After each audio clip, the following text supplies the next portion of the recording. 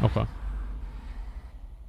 Welcome back, everyone. I am your host. Stay safe. Let's get right into it. Now, Dire Maul comes out, I'm sure you've all heard, in just a few days on October 15th in North America and October 16th in Europe. Substantially sooner than what Blizzard had promised in their 6-phase content release plan. That's true. And people are divided. It's coming out too soon. Yep. It's not coming out soon enough. Let's take a look at this Esfon tweet. Pull it up. The right. number one Ret Paladin himself says, quote, "People have got to get over the wait for me mentality. Not everyone will be 60 when Dire Maul comes out. I agree with this. Not everyone will have cleared MC when BWL yeah, I agree comes with out. this very Not strongly. everyone will have cleared BWL when AQ comes out. Same goes for Nax 2. It's not about catering to the 1%. It's about giving you something meaningful to strive for.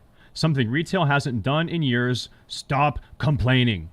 Now, personally, I think Dire Maul is coming out too soon. I think it should be paired with Phase 2 as it was originally planned, and I'll tell you why. So Esfon mentions that releasing Dire Maul early is giving people something to strive for in his own words. But the reality is that a huge portion of players aren't even level 60, not to mention that they haven't had time to farm their Prebis or clear Molten Core or start working towards their epic mounts. So there is already a lot of content currently in the game for these players to strive for. And I'm saying this as a guy that killed Ragnaros on day 8. I've had an epic mount since day 10, and currently I have several thousand gold in preparation worth of resources. Dire Maul offers a lot of new pre-raid best in slot gear, and also a lot of gear that serves as an easy to acquire side grade to current Prebis gear. So while you're adding 3 new dungeons with Dire Maul West, Dire Maul North, and Dire Maul East, you are greatly reducing the necessity for players to farm the current high-level dungeons Strat Live, Strat Undead, Skullamans, Lower Blackrock Spire, Upper Blackrock Spire, Blackrock Depths, etc., essentially reducing the amount of relevant content for a lot of players,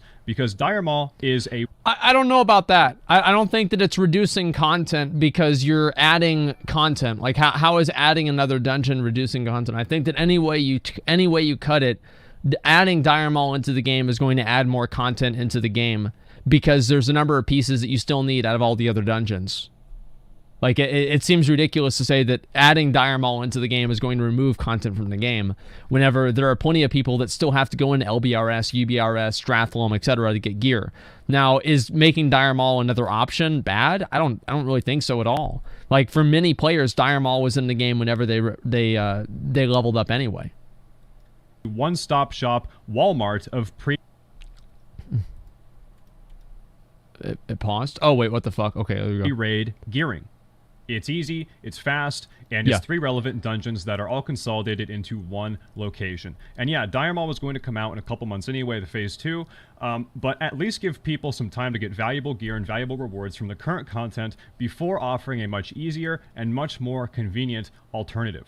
Not that I don't know that Dire Maul is really easier or more convenient. To me, personally, I feel like BRD is just about as easy and convenient as Dire Maul. I mean, like, same with LBRS or UBRS.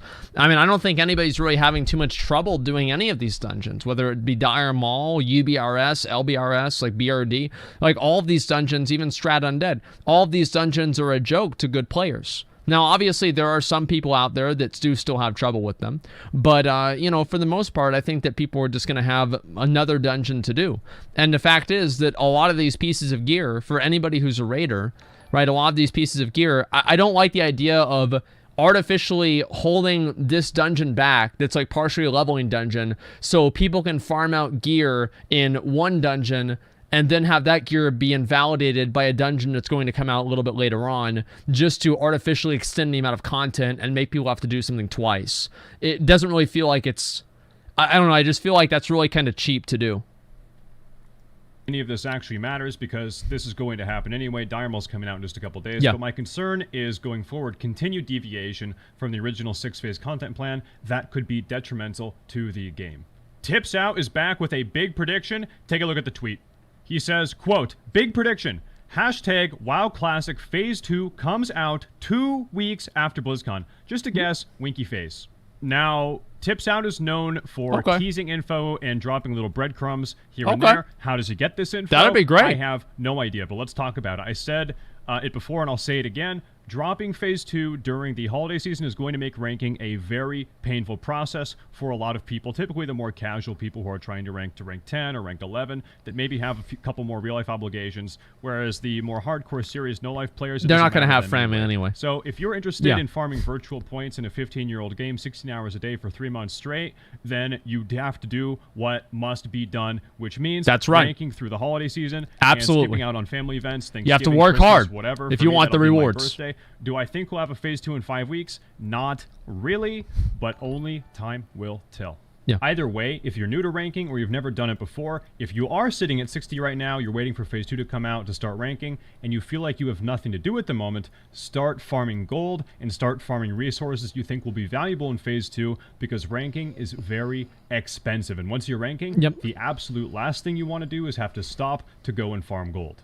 In response to the Quinn versus the Hoagie Haven Heroes drama from earlier this week, here we go. The #1 Hoagie, the GM of Hoagie Haven Heroes. Now, I want to make sure everybody understands what this is. So basically, Quinn made a video about, made a tweet about how Hoagie Haven Heroes was stream sniping his alt with a raid of people. He was pissed off, and so this is the backstory on it. Announced this to his guildies. Pull up the image. Pill said, quote, "Forming groups or raids to camp any streamer, including Quinn69, using guild social channels will result in being removed from the guild. Whatever you do on your own time, with your own friends, guildy or non, is not my prerogative. If you want to waste hours of your playtime camping someone, that's your prerogative at everyone." Now, good for Pills, he definitely did not have to do this, and I'm going to be honest, from my opinion, stream sniping is sort of just the reality of playing Classic WoW. But it is, right? Beasted, thank you much for the 10 gift community subs. I appreciate that a lot, man. Thank you, Beasted. I agree, right? The fact is that, you're gonna get stream sniped if you play Classic. Like, that's the way it goes. Should Blizzard, like, maybe rein some of it in and, like, their super high extremes, like what we were seeing with Chinglish the other day? Yeah, maybe. But, like, for the most part, for just like a usual interaction that you're having, 99% of the time, it's completely fine. And also, I like, if there are guilds, like, I don't want my guilds going around stream sniping people either. I think it's just, it's a bitch move to do. Like, anybody that goes around and stream snipes somebody, you're a fucking loser. I mean, you're a fucking loser. Like, you're going around watching somebody else's screen, trying to hunt them down to attack them so you can get attention on stream. You're a fucking loser. And I don't want losers in my guild. And this isn't like, oh, wow, this is so terrible, this person is harassing them or anything like that. I just mean, let's be real. They're fucking losers. Period. They are fucking losers. Props to him for not allowing it to be fostered in his guild or in his guild Discord or in his guild chat. At this point, I'd like to give a shout out to this video's sponsor, Undead Rogues. If you are 12 years old, you hate your parents, and you're sick of doing your stupid math homework, this is definitely the class for you. A streamer named Prepared WoW is currently multi-boxing 40 characters on Fairlina all at once on the Fairlina server, proving once and for all that you don't actually need friends to enjoy and have fun in Classic WoW as long as you have money and several high-power gaming PCs. Play the clip. Now, it's actually quite impressive how he does this, but I need to take a piss, dude. I'll be right back. Like, that's fucking ridiculous.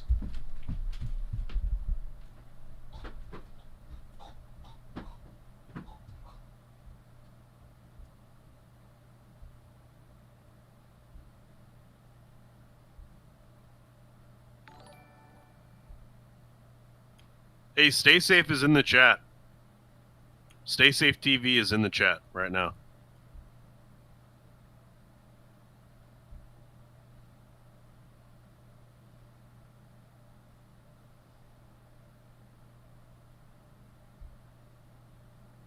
He's not even a mod. Stay Safe isn't even a... Every other personal friend of Asmon's a mod, except for Stay Safe. This guy's met him in real life, and he's not a mod. Fucking sad, dude.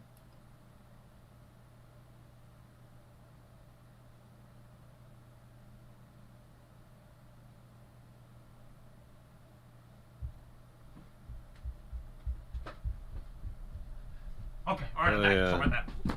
Twitch Prime Okay. as well. Still sitting here thinking leveling is going to be a nightmare for him on a Yeah. PvP server. Fairlina is a PvP server. Even if he does make it to 60 on all of these characters, all of these 40 characters, and some are hunters, some are shamans. I think I saw a couple druids. He has a wide array of characters. Yeah. All it takes is a few players with sapper charges to bring down his entire raid. That's what I was thinking. Like, I mean, it feels like if you're multi-boxing in Classic, you're just wasting your fucking money because you're not going to have all the advantages that multi-boxers have in current WoW with being able to stack like raid-wide cooldowns and everything that makes multi-boxing really strong in retail WoW. It doesn't exist in current WoW. And I think that's the issue. And in Classic WoW. So like all you need is like, yeah, a few guys run in with the sapper charges and they're dead. You know, mod Stay Safe. I think Stay Safe is a mod. Now, regardless, as an Alliance player on the Fairlina PvP server, this guy's server, come Phase 2, I'm looking to farm a lot of honor and rank up. So I actually wholeheartedly welcome his presence because when I look at this, I see a giant free honor drop. And Yeah. before people start shouting That's that exactly multi-boxing is against the Blizzard TOS, it is absolutely not against the Blizzard TOS. Nope. People have been doing it consistently for 15 years now in Yep. every expansion, including OG Vanilla. Yes, in my opinion, it is actually a pretty big detriment to the game as a whole, but Blizzard makes a ton of money from people doing it, and it also boosts their subscriber count, so why would they ever outlaw it? Here are side-by-side time-lapse videos of Ironforge and Orgrimmar highlighting the best part of Classic. AFKing in your capital city while people admire your sick gear. If you've Fuck ever yeah. targeted someone and you see that they were already targeting you first, you know exactly what I mean. Classic WoW servers now have a That's called the rhetorical click. Whenever you click on somebody that's next to you and you know that they're already going to inspect you. Like, and the worst part about it is whenever you're clicking on somebody else and then they click on you, but you click on them quickly and then you click off of them, and that way they don't know that you're inspecting them, but they saw you click on them, which means that you're a loser. Like, that's basically how it works. And this is like, listen, if you played WoW for 10 years, you know exactly what I'm saying. 5th population category: low, medium, high, full, and layered.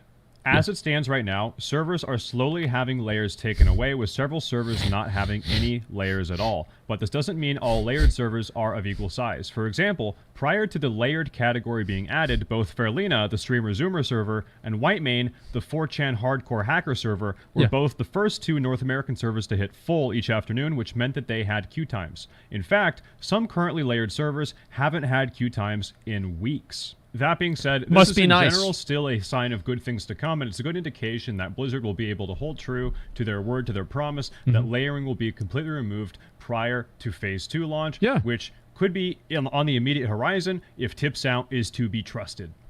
Since Classic WoW's release in late August, Activision Blizzard stock value has taken quite an upturn. Take a look. Since late August, ATVI stock has risen around 12% from $48 to $54 per share, though it looks as if Activision Blizzard's market value is about to head downwards. Sorry about that, boys.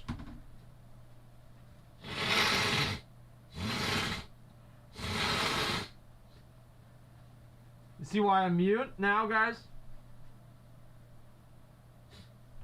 See why I mute it?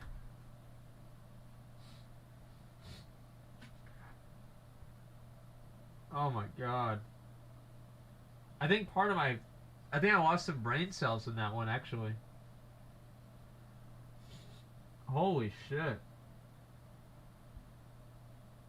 I can hear now what the people in the neighbor's house are saying. What the fuck?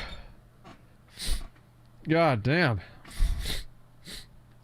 Holy shit. Once again, of course, several factors impact stock value, and this can't be solely attributed to the Hong Kong dilemma that I'm sure you've all already heard about, but definitely Blizzard has lost some of the good faith from the player base and the community that they have spent the last month and a half building with the huge success of Classic WoW. Right. Now, will people boycotting Blizzard games impact Classic WoW Probably in a not. substantial way? No, of course not. I mean, like, here's the thing is, like, it might happen with retail WoW because retail people are more, you know, oh, we care about everybody. But the Classic WoW, it's just a bunch of fucking, like, 30, like, 27-year-old dudes. They don't give a fuck. They're just trying to play the game. Just whatever. They just want to play the fucking game. Like, that's all there is to it, man. Unlikely, considering that Classic WoW is probably the most addictive game ever made in the history of gaming ever. Good. Personally, I will not be boycotting Classic WoW because I've already been boycotting like 10 other Activision Blizzard games for quite some time now. Before, not playing them was cool, mind you. So Yeah. I figure I've already got enough boycott time in the bank already. Now, it does seem as if some Blizzard employees working down at the Blizzard HQ in Southern California are quite unhappy with the Hong Kong situation and have staged a bit of a protest. Will enough Blizzard employees stage a large enough protest or walkout to have any real impact on game development or maintenance?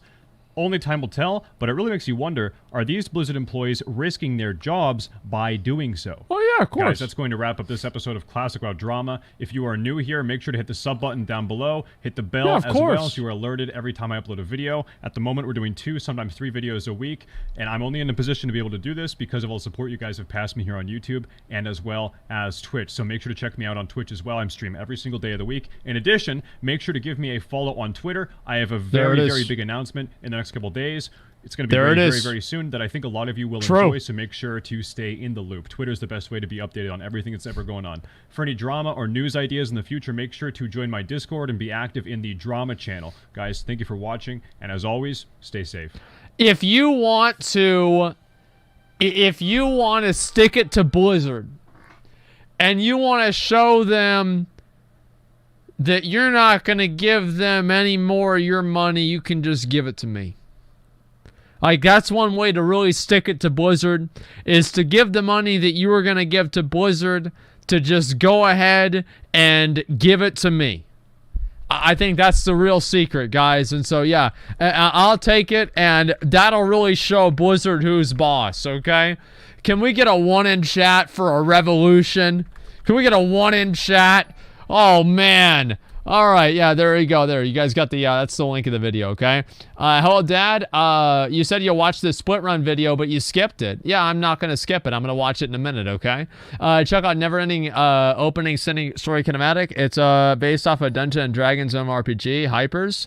I'm not interested in watching your trailer. I'm sorry to say. Thank you very much for the $3, though. I really appreciate that. I'm just not interested in watching trailers. Code Cow with wait. This guy donated $100? Holy shit, thank you, man. Been enjoying your content, bro. Need to get your boys on in the crater to get their PvP skills up so they're not on YouTube getting wrecked. I know. I know, man. Trust me, I fucking know. We're trying to help them, but it's got to get better, okay? Sorry, I didn't even read that message at all. It's totally my bad. I should have read that earlier. Hey, you checked out the TED Talk with Emmett Shear on or off stream? TED Talk, Emmett Shear. No, I haven't, actually. I maybe might want to watch that at some point. Fluctuating English for $5. Appreciate that. I just want to say that you're a weird-ass motherfucker, and I'm glad that I've gotten a lot of entertainment out of your stream. So thank you so much for streaming. Keep up the good work. Fluctuate, thanks for the $5.